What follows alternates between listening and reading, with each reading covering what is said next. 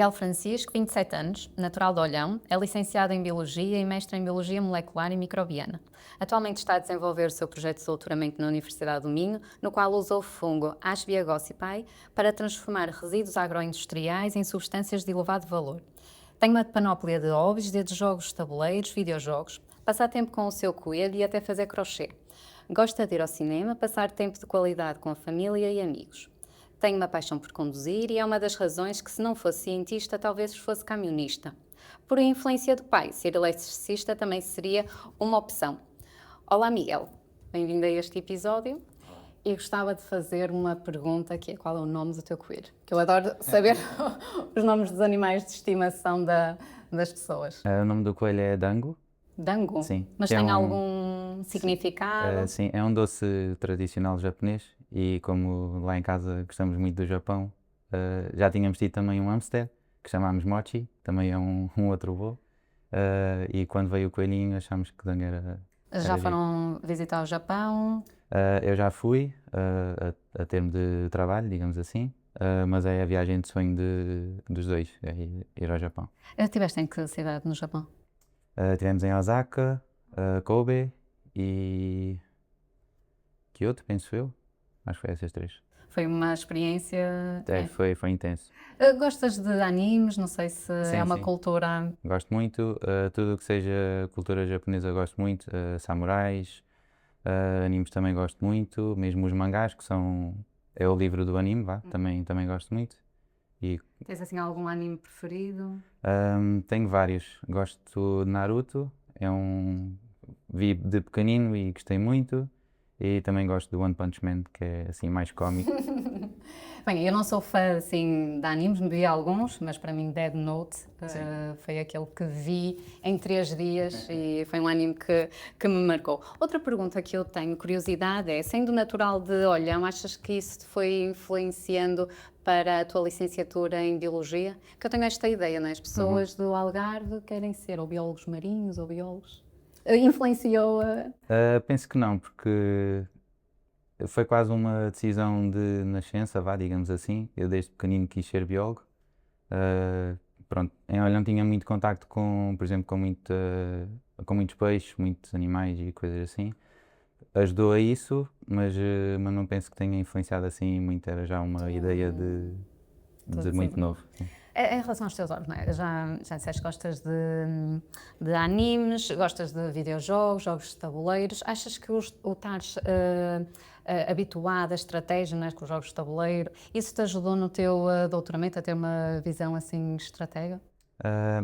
Eu penso que sim, se calhar não tanto em termos de estratégia, mas mais em ter um sentido criativo mais fora da caixa, vá, digamos assim.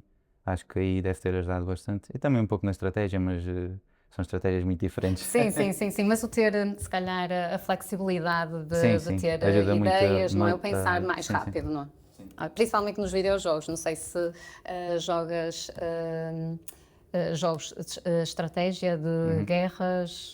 Guerras não muito, mas gosto de jogos de estratégia, jogo jogos de puzzle, por exemplo, Exato. também são interessantes. E agora lançava-te um desafio, que é: achas que em 45 segundos consegues descrever o teu doutoramento? E nós vamos contar o... Ok, posso tentar. Posso começar? Sim. Portanto, o meu doutoramento tem dois objetivos principais. Um deles é tentar desenvolver uma alternativa sustentável a nível ambiental para a produção de um composto aromático, que é a gama-decalactona. E para isso por outro lado, a compreender um pouco melhor o processo de formação deste composto a nível biológico, pois tem muitas perguntas que não foram ainda respondidas. Para isso, estou a fazer uma modificação num compartimento da célula, que é o peroxissoma, que está envolvido nesse processo, utilizando a engenharia genética num fungo filamentoso, que é o Aspergillosis, que já é um produtor natural deste composto. Portanto, estamos a tentar utilizar essa capacidade.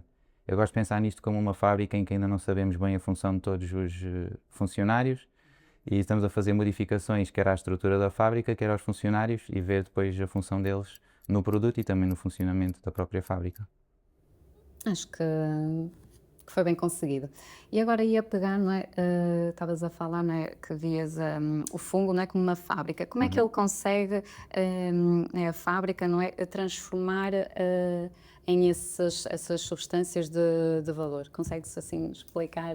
Sim, este organismo tem uma capacidade peculiar que é fazer a produção deste composto a partir de fontes de carbono ou de açúcar, que é assim uma coisa mais rara. Normalmente o processo passa por comer esses açúcares, transformá-los em reservas de gordura e depois essas reservas de gordura são convertidas à gama-decalactona, por exemplo. Ok.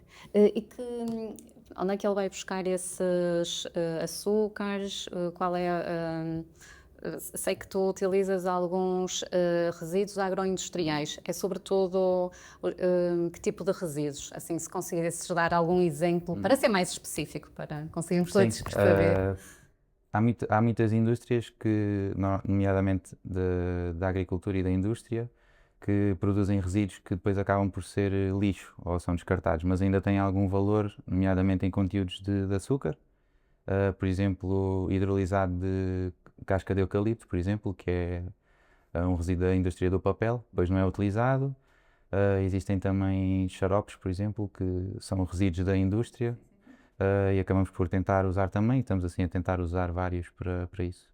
Ou seja, isso seria uma mais-valia também para tornar esses mais sustentável alguns processos quais então as principais vantagens do teu processo que tu estás a estudar relativamente à extração, por exemplo, química dessas substâncias? A primeira grande vantagem é que passa a ser um processo de base biológica, o que o torna já menos dispendioso, digamos assim, em comparação à síntese química, por exemplo. Por outro lado, esta valorização desses resíduos também permite que o custo de produção baixe, porque são matérias-primas de valor baixo, custo inicial é mais baixo e permite-nos ter um processo mais fazível, não só a nível de económico, mas também a nível ambiental. Assim, quais são os principais desafios? Porque parece algo bastante complexo. Assim, há os principais desafios durante o teu doutoramento e porque tens alguma parte da modificação genética, não é? Isso deve ter trazido alguns desafios. Se pudesses falar Sim. um pouco deles. Acho que a dificuldade principal, pelo menos que senti até agora, foi essa tal parte da modificação genética, porque não há muitas ferramentas ainda, e tivemos de ser um pouco mais criativos, para fazer essas transformações. E de momento ainda estou a tentar continuar a otimizar mas sim, acho que foi essa a dificuldade assim maior. E durante esses desafios, houve assim algum item de laboratório que tu não conseguisses mesmo viver sem? O termociclador, porque em biologia, em engenharia genética, utilizamos muito para fazer um processo que é o PCR e anteriormente eu tenho a ideia que eram feitos à mão, em que é preciso passar por muitas temperaturas e tirar e pôr e tirar e pôr e facilita muito ter uma máquina que faz isso por nós. E agora, ia-te perguntar se querias fazer assim uma espécie de jogo comigo, eu ia-te dar umas opções de palavras e tu vais escolhendo. Ok. Olhão ou Braga? Braga. Catan ou Rocket League? Catan. Trabalho de bancada ou escrever artigos? Trabalho de bancada. Trabalho de bancada ou conduzir? Conduzir. Conduzir ou filmes? Conduzir. Conduzir ou o teu coelho? O meu coelho.